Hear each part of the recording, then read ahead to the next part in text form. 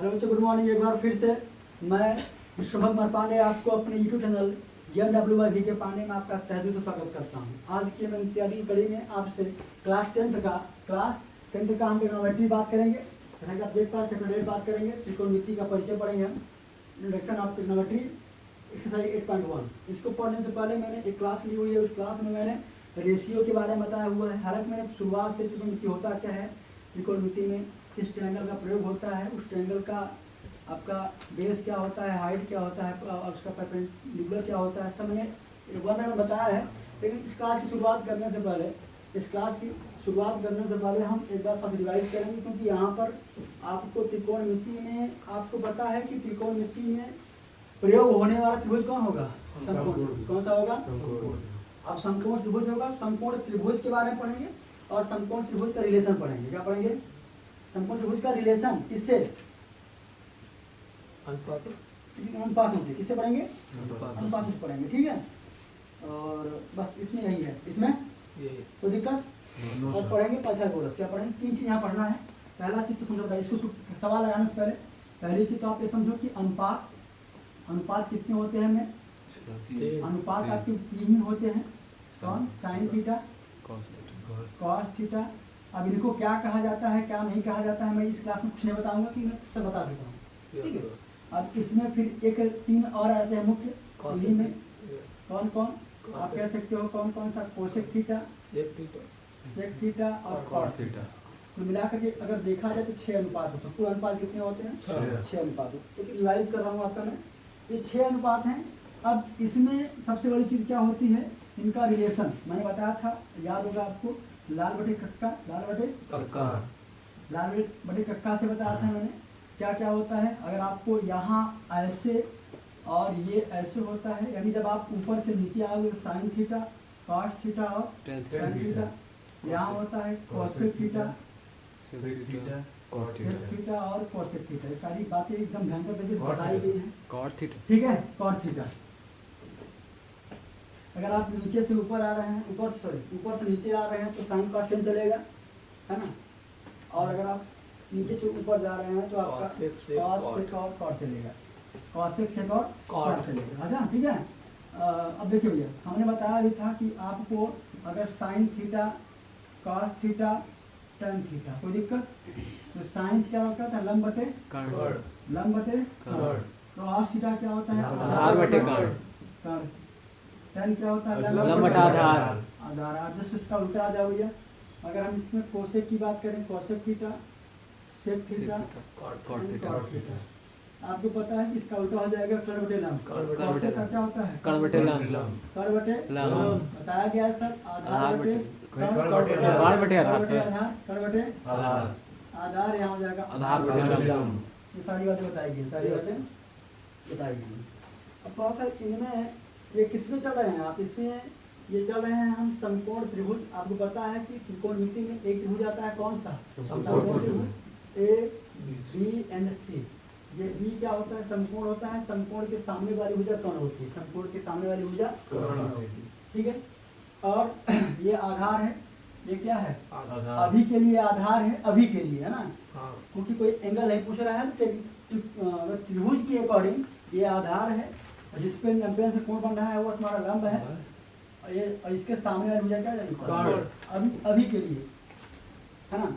जब समकोण त्रिभुज आ जाए, समकोण त्रिभुज, मेरी बात नोट करना, समकोण त्रिभुज अगर आ जाए, समकोण त्रिभुज आने के बाद अगर भुजाओं का मान पूछा जा रहा है, एक दो भुजा देकर के तीसरी भुजा पूछ रहा है।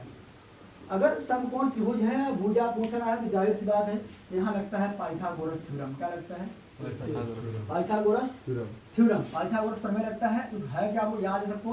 कर्ण का स्क्वायर, लंब का स्क्वायर प्लस आधार का स्क्वायर, एक ही फार्मूला है।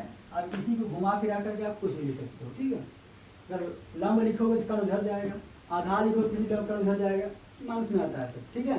ये क्या है? तुम्हारा पाइथागोरस फार्मूला है, पाइथागोरस फार्मूला। कोई पूछेगा कि पाइथागोरस फार्मूला कब लगाया जाता है, बताना जब त्रिभुज समकोण हो, समकोण त्रिभुज की भुजाएं ज्ञात करनी होती है तो पाइथागोरस प्रमेय का प्रयोग किया जाता है, ठीक है। आपका वाइवा होगा तो वाइवा कुछ इसी तरह से होता है।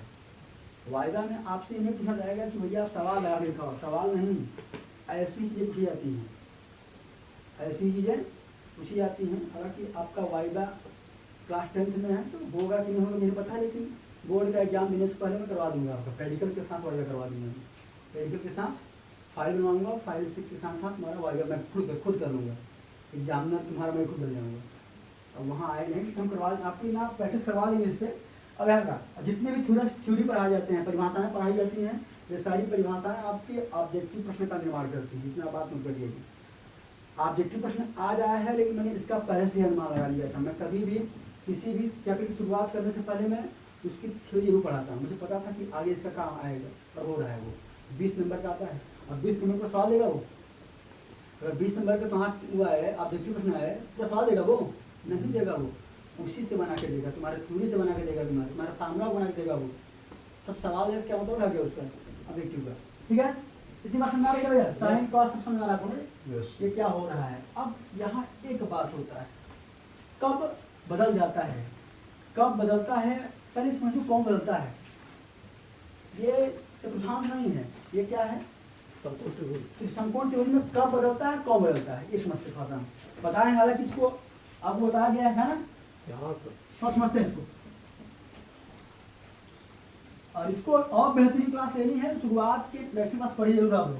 पीछे मैंने एकदम भयंकर तरीके से इसको पढ़ाया हुआ है। आइए देखिए, अब यह समकोण त्रिभुज मान लिया मैंने, ये बना दिया, ठीक है ना? ये आपका मान लिया मैंने बी, ये मान लिया सी, ये मान लिया, ठीक है। हाँ, ये मैंने मान लिया एक्स, ये मैंने मान लिया वाई, ये मैंने मान लिया कोई दिक्कत? इस साइड को मैंने नाम दे दिया है। अब देखो, पहले ये समझो कि कौन बदलता है त्रिभुज में, कौन बदलता है।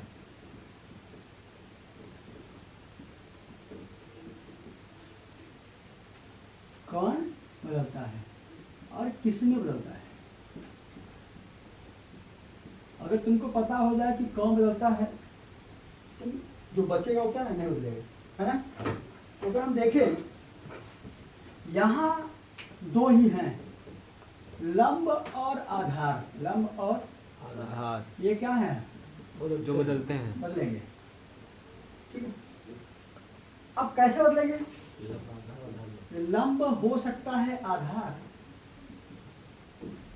और आधार हो सकता है लंब, यानी उत्क्रमणीय अभिक्रिया।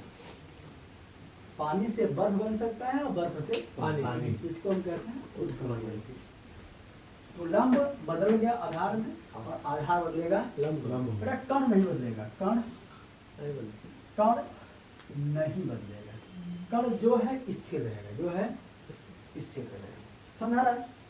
अच्छा, और दूसरा पॉइंट ध्यान देना, कोण के सामने वाली भुजा, जिस कोण की बात करेगा, जिस कोण को लेकर के चलेगा, कोई अनुपात जिस कोण को लेगा, उस कोण के सामने वाली भुजा, कोण के सामने वाली भुजा लंब होती है। क्या होती है? लंब। कोई दिक्कत? आगे लंब। अब कोण के सामने वाली भुजा अगर लंब होगी, जैसे मैंने तुमसे कह दिया, ये चलो बताओ, तुम एक काम करो भैया, साइन ए बराबर, हमें पता है कि साइन ए, साइन जो होता है लंब बटे क्या होता है? कण होता है। लंब बटे क्या होता है? कण। अब आप क्या करोगे, अगर आपको जानकारी नहीं है, मैंने बताया कि जो अनुपात जिस एंगल को लेके चलेगा, उस एंगल को पकड़ना। क्या नहीं चला है? ए। अब साइन ए कहाँ है? यहाँ। अब मैंने बताया कि कोण के सामने वाली भुजा क्या होती है? लंब होती है। अब आप अगर इस नियम को नहीं जानते, लिखेंगे ए बी बटे ए सी लिख देंगे, ये क्या रहेगा? गलत। क्या हो जाएगा? कोण के सामने वाली जो भुजा होगी वो क्या होगी? लंब। तो लंब क्या हो जाएगा? BC, यानी एक्स लिखो या BC लिखो। कर्ण की बात करेंगे तो भैया कर्ण नहीं बदलेगा, कर्ण जो है वही रहेगा, कर्ण जो है। अगर हम आगे बात करना यहीं पे, अगर हम यहीं पे बात करें, अगर हम लिख दें बेटा cos c, क्या लिख दें? cos c। अब cos c यहाँ हो गया, क्या हो गया? अब इसके सामने ये वाला क्या हो जाएगा? लंब। क्या हो जाएगा? लंब। तो जो लंब है तो वही लंब लिखा जाएगा, लेकिन कॉस है तो लंब सी बात ही नहीं है, लंब कौन हो जाएगा ये, तो आधार होता है, 20 आधार बटे कौन, तो दिक्कत। अगर अब हम यही लिख दें क्या, tan b, क्या लिख दें, tan b तो tan क्या होता है, लंब बटे आधार ना होता है। यस सर अब tan b का मतलब क्या, सामने वाली भुजा तो ये लंब होगा, नहीं कर्ण बदलेगा नहीं फिर जो जैसे बना है वैसे रह जाएगा, यस जो लंब है वो लंब रहेगा और जो आधार है वो आधार कोई तकलीफ, नो सर बस यही था इसमें। अब शुरुआत करते हैं सवालों का, शुरुआत करते हैं सवालों का। चलें थोड़ा सा ध्यान दें मेरी बात, आपका पूरा मोटो होना चाहिए त्रिकोणमिति में यूज होता है त्रिभुज, समकोण त्रिभुज, समकोण त्रिभुज की तीनों भुजाएं आपको पता होनी चाहिए, लंब कर्ण और आधार। जब लंब कर्ण आधार नहीं दिया है, दो भुजा दिया गया है, एक भुजा मिस किया है, तो क्या लगाओगे, पाइथागोरस भुजा निकालोगे, फिर आप अपना लंब कर्ण जो आधार जो भी निकालना है निकालना है, मतलब ये अनुपात निकालना। चले यस और यही सवाल इसी पे, यही इसी पे पूरा आपका क्या है, ये एक्सरसाइज है, पूरा एक्सरसाइज इसी पर डिपेंड है, अनुपातों का संबंध समकोण त्रिभुज पर है ना, और पाइथागोरस, और किस पर, पाइथागोरस थ्योरम।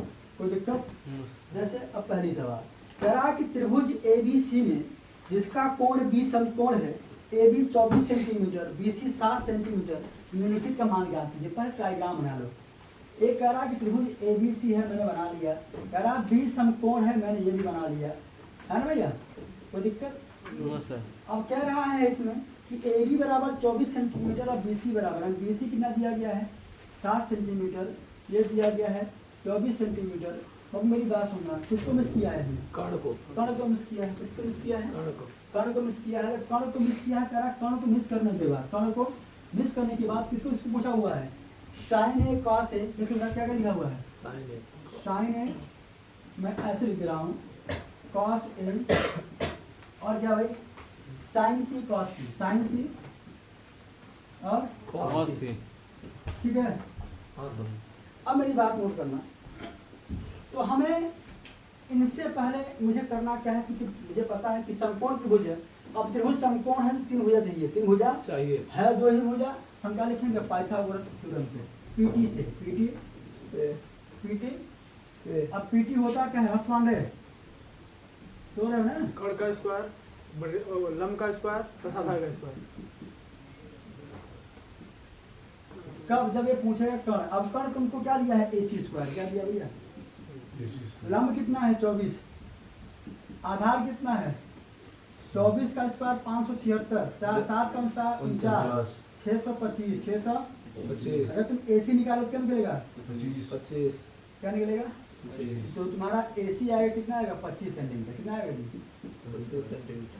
तो दिक्कत, पाइथागोरस से 24 का स्क्वायर 576, 7 का स्क्वायर 49, 576 49 625। अब AC स्क्वायर था, क्या था, वहाँ जाएगा रूट हो जाएगा, और 625 इसका स्क्वायर रूट है 25 का स्क्वायर है ना, यस सर 25 आ गया, हाँ मुझे मिल गया, लंब मिल गया, कर्ण मिल गया, आधार मिल गया, लंब मिल गया, कर्ण मिल गया, आधार।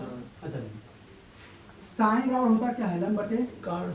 अच्छा एक बात और नोट करना, साइन का लंब क्या होगा, है साइन ए है, क्या है ए, इसका लंब क्या होगा तुम बताना, इसका लंब क्या होगा, AB होगा कि BC होगा कि AC होगा, BC क्या होगा, BC। या मुझे पता है कोण के सामने वाली भुजा लंब होती है, तो BC अपान में AC इसका क्या हो जाएगा, कर्ण हो जाएगा।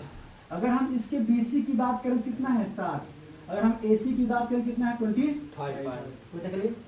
अच्छा अगर cos A की बात करो, किसकी बात करो, A यही रहेगा ना, हाँ। ये लंब रहेगा, ये क्या है, अगर यह लंब है तो भाई तुमको पता है कि यह क्या होता है, आधार बटे कर्ण। इसका आधार BC नहीं होगा, यह लंब बन चुका है, इसके सामने क्या होती है, लंब होगी, यस तो आधार क्या होगा, और कर्ण वही रहेगा, 24 बटे 25। कोई दिक्कत। अच्छा आगे आ जाओ, अब आ जाओ यहाँ, अगर तुम यहाँ आओ तो साइन C की बात कर रहा है, C कहाँ है, यहाँ दीपांशु तुम बताओ, अगर C यहाँ है तो साइन होता है लंब बटे कर्ण, क्या होता है, लंब बटे कर्ण, इसका लंब क्या होगा C का, लंब AB है, AB, कर्ण कितना है, कर्ण AC, AB कितना हुआ, AB 24, ठीक है। यस ऐसे cos C में भी क्या आता है, आधार बटे, कर्ण। ये सब आपको याद रखना है, आधार बटे कर्ण। तो अगर तुम बताओ इसका लंब 24 हो गया तो आधार क्या होगा, 7 BC बटे में कौन होगा AC, BC कितना है 7/25, 25 कोई दिक्कत इसमें? नो हाँ नो सर। ठीक है, तो आज बस शुरुआत थी, कल हम मिलते हैं आपसे अगले वीडियो में और अगले सवालों में। बस आज इतना ही। स्वस्थ रहिए, मस्त रहिए, पढ़ाई करते रहिए। जय हिंद, जय भारत।